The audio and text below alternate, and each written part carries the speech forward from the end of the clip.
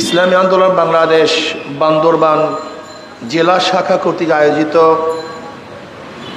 আজকে সম্মেলনের সম্মানিত সভাপতি, নেতৃবৃন্দ, সকল স্তরের জনগণ ভাইয়েরা আমার, আল্লাহ পাকের শুকর যে মাওলাই করিম সুন্দর এক সমাবেশে আপনাকে আমাকে উপস্থিত তৌফিক দান করছেন, এর জন্য শুকরিয়া দান সবাই বলে আলহামদুলিল্লাহ। ইসলামী আন্দোলন বাংলাদেশ কি চায়?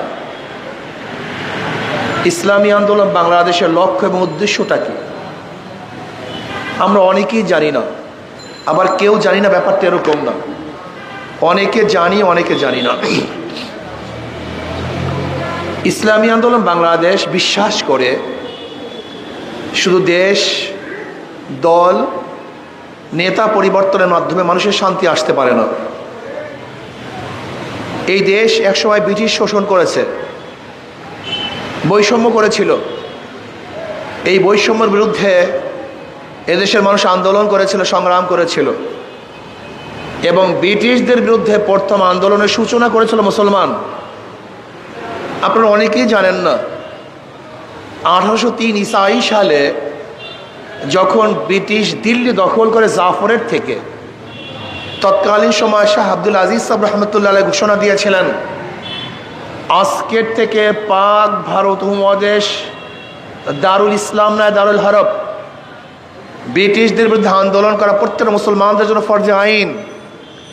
ওই 1803 ঈসাই সালে ব্রিটিশ বিরোধী আন্দোলনের সূচনা হয়েছিল। সে আন্দোলনের কারণেই ব্রিটিশ এদেশ থেকে ভাগতে বাধ্য হয়েছে। আমরা স্বাধীন হয়েছিলাম, ভেবেছিলাম বৈষম্য দূর হবে, বৈষম্য থাকবে না, কিন্তু আমরা কি দেখলাম? ভারতের বৃহত্তম জনগোষ্ঠী মুসলমানদের সাথে বৈষম্য করছে।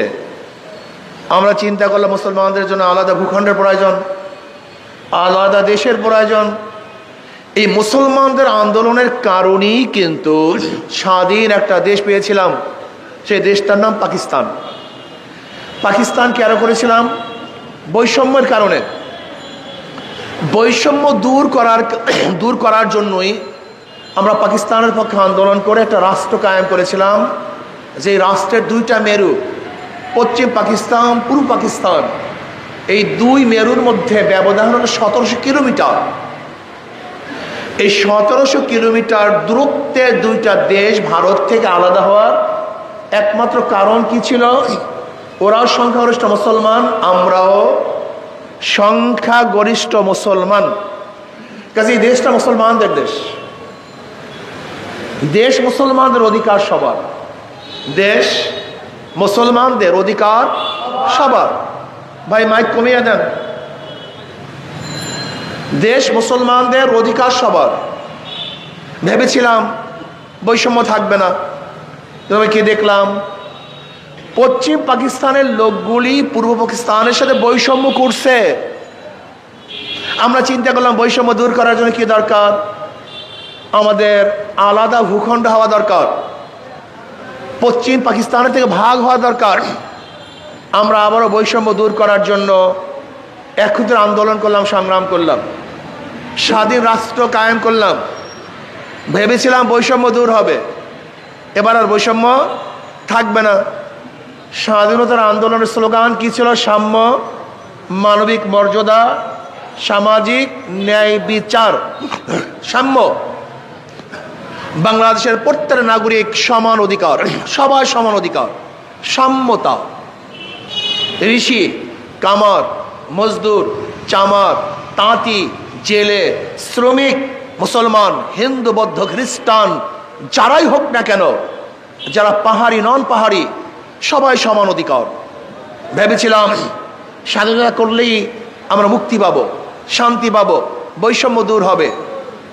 কিন্তু আজকে 71-এর পর থেকে 2024 পর্যন্ত যারা ক্ষমতায় ছিল তারা বৈষম্য দূর করতে পারে নাই। এমনকি এই পাহাড়ি অঞ্চলে আমরা যারা বসবাস করি, এখানে বিভিন্ন উপজাতি আছে, যে উপজাতিরা বৈষম্য দূর করার জন্য আন্দোলন করে, স্বাধীনতার জন্য আন্দোলন করে। আমি আপনাদের প্রশ্ন করতে চাই, আপনারা কেনই আন্দোলন করতেছেন? যুক্তি কি? আগে যুক্তি প্লেস করুন। যদি আমরা উপজাতিদের সাথে বৈষম্য করতাম তার আন্দোলনের একটা যুক্তি ছিল, কিন্তু কই, পাহাড়িদের সাথে তো আমরা কোনো সময় কোনো অবস্থা দিয়ে বৈষম্য করি নাই। বরং আমরা মনে করি পাহাড়িদের সাথে উপজাতির সাথে বৈষম্য করে। চাকমা, ত্রিপুরা, এদের প্রত্যেকের অবস্থান এক না, শিক্ষার অবস্থান এক না, চাকরির অবস্থান এক না, তাদের চলাফেরার অবস্থান এক না। তাই বৈষম্য তো তারাই করতেছে, আমরা তো বৈষম্য করছি না, বরং আপনারা বৈষম্য সৃষ্টি করেছেন। আমি পাহাড়ি ভাইদেরকে বলবো, উপজাতি বন্ধুদেরকে বলবো, বৈষম্য সৃষ্টি করার জন্য চেষ্টা করবেন না। এটা বাংলাদেশের অংশ, এটা বাংলাদেশের ভূখণ্ড। আপনারা জানেন, বাংলাদেশে 1 ইঞ্চি মাটি যদি কেউ নেওয়ার জন্য চেষ্টা করে, এই বাংলাদেশের প্রত্যেকটা নাগরিক জীবন দিয়ে হলেও সেই মাটিকে রক্ষা করবে। মাথায় রাখতে হবে, আপনি মাথার মধ্যে রাখুন।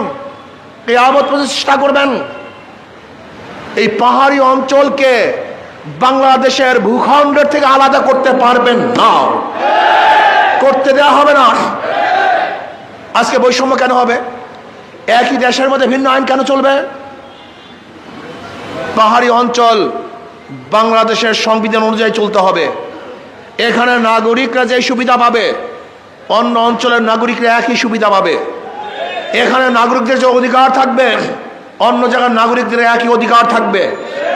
আপনি পাসপোর্ট বানাবেন বাংলাদেশের আর আন্দোলন করবেন বাংলাদেশের বিরুদ্ধে, আপনি চাকরি নেবেন এ দেশের আর আন্দোলন করবেন এ দেশের বিরুদ্ধে, আপনি খাবেন এ দেশে আর আন্দোলন করবেন এ দেশের বিরুদ্ধে। এইটা বাংলাদেশের মানুষ কোনোদিন মানতে পারে না। এটা দেশদ্রোহিতা, এটা দেশকে ধ্বংস করার আলামত, এটা ধ্বংস করার চিহ্ন। আমি অন্তর্বর্তীকালীন সরকারকে বলবো, আপনি এই দেশের দিকে খেয়াল দেন, এই পাহাড়ি অঞ্চলের দিকে খেয়াল দেন, গোটা বাংলাদেশের দিকে খেয়াল দেন। কোন জায়গায় বাংলাদেশকে বিচ্ছেদ করার চক্রান্ত চলতেছে, কারা করতেছে, তাদেরকে চিহ্নিত করুন, আইনের আওতায় নিয়ে আসেন। কিসের আবার শান্তি চুক্তি?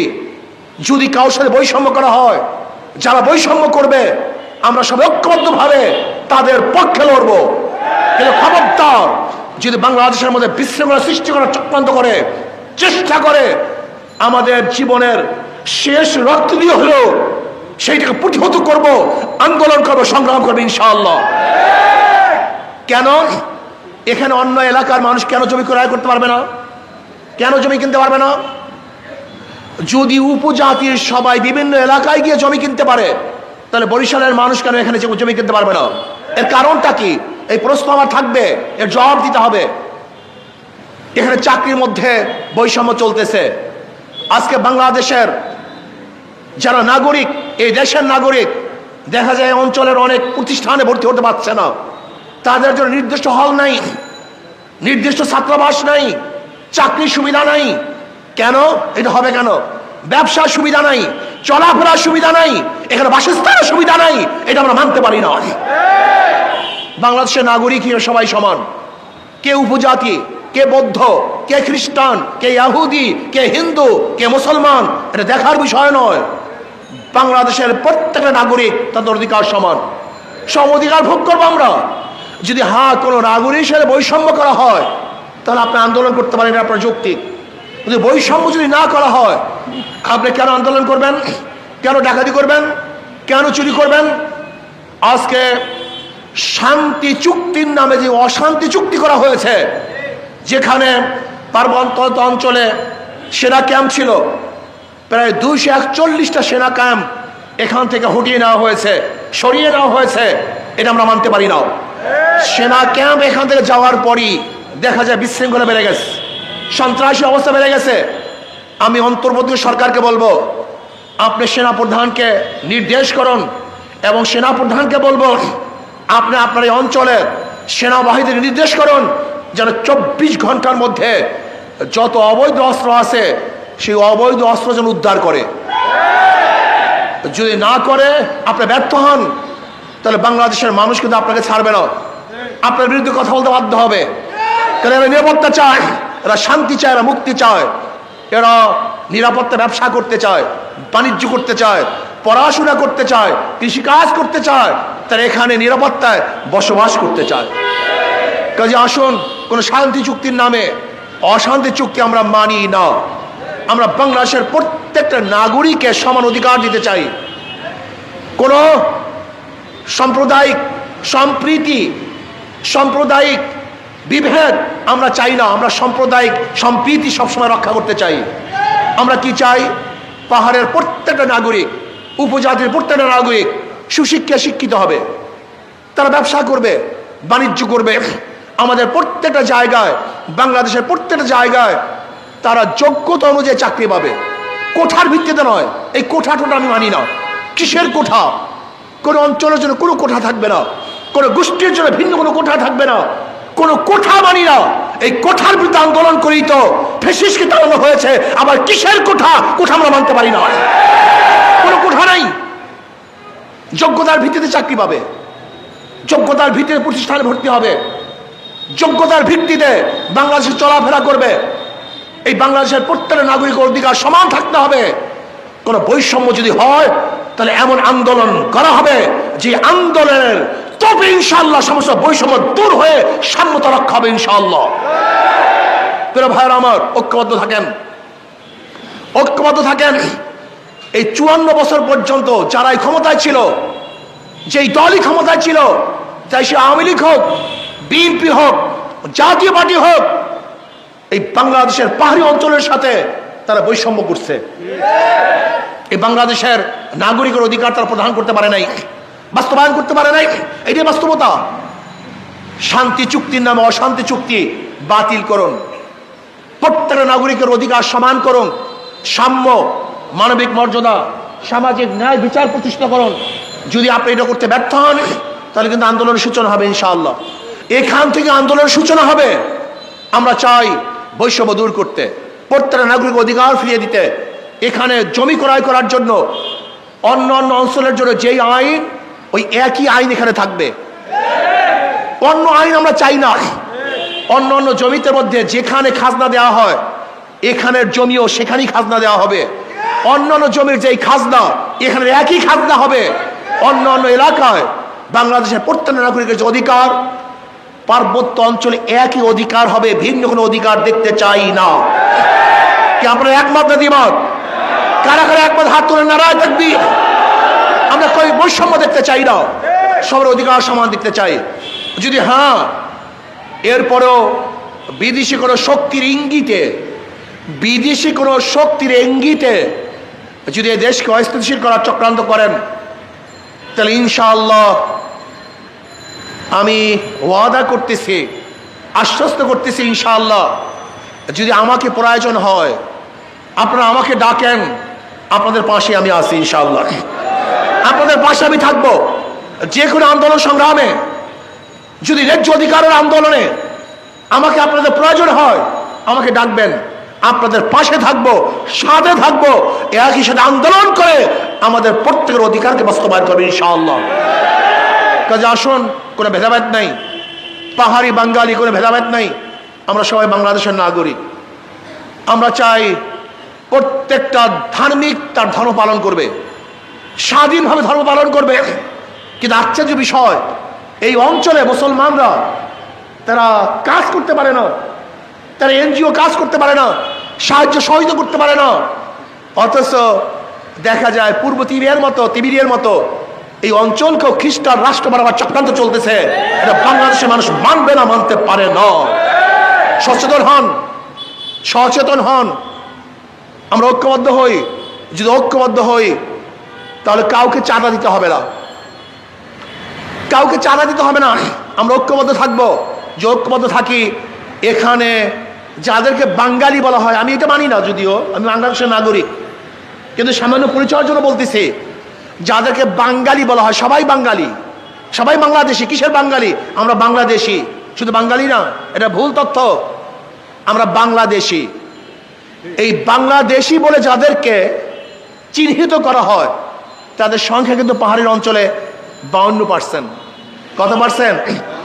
এই 52% যদি আমরা ঐক্যবদ্ধ থাকি, তাহলে কোনো সন্ত্রাসী গোষ্ঠী আমাদের মোকাবেলা করতে পারবে না, টিকতে পারবে না। আর বিগত যে সরকারগুলি আছে, এই সরকারগুলি আমাদেরকে বারবার আশ্বস্ত করেছে, কিন্তু আমাদের অধিকার প্রতিষ্ঠিত করতে পারে নাই। ওরা গাদ্দার, ওরা মুনাফিক, ওরা মুনাফিকি করেছে। আজ পর্যন্ত কেউ শান্তি চুক্তি বাতিল করে নেই, বরং এটাকে আরো শানিত করেছে।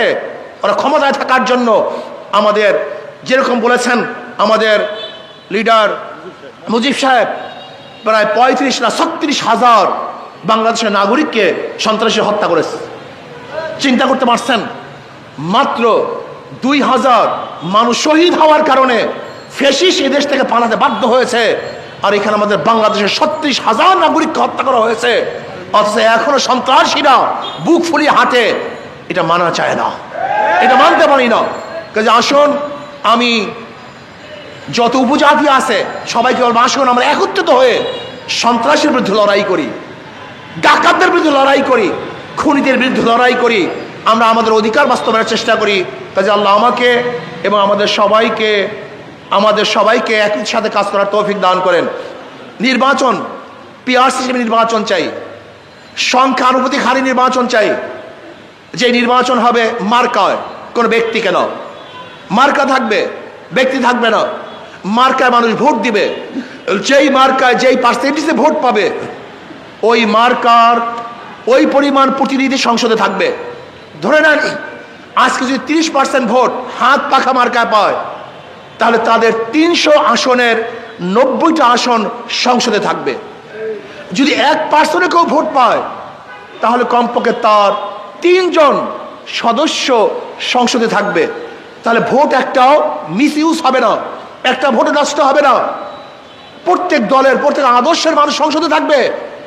আমি উপজাতি ভাইদেরকে বলবো, বোনদেরকে বলবো, যদি মার্কা নির্বাচন করেন, আপনারাও যদি নির্বাচন অংশগ্রহণ করেন, যদি 1% ভোটও পান, তাহলে এমনিতেই আপনাদের 3 জন প্রতিনিধি সংসদে থাকবে।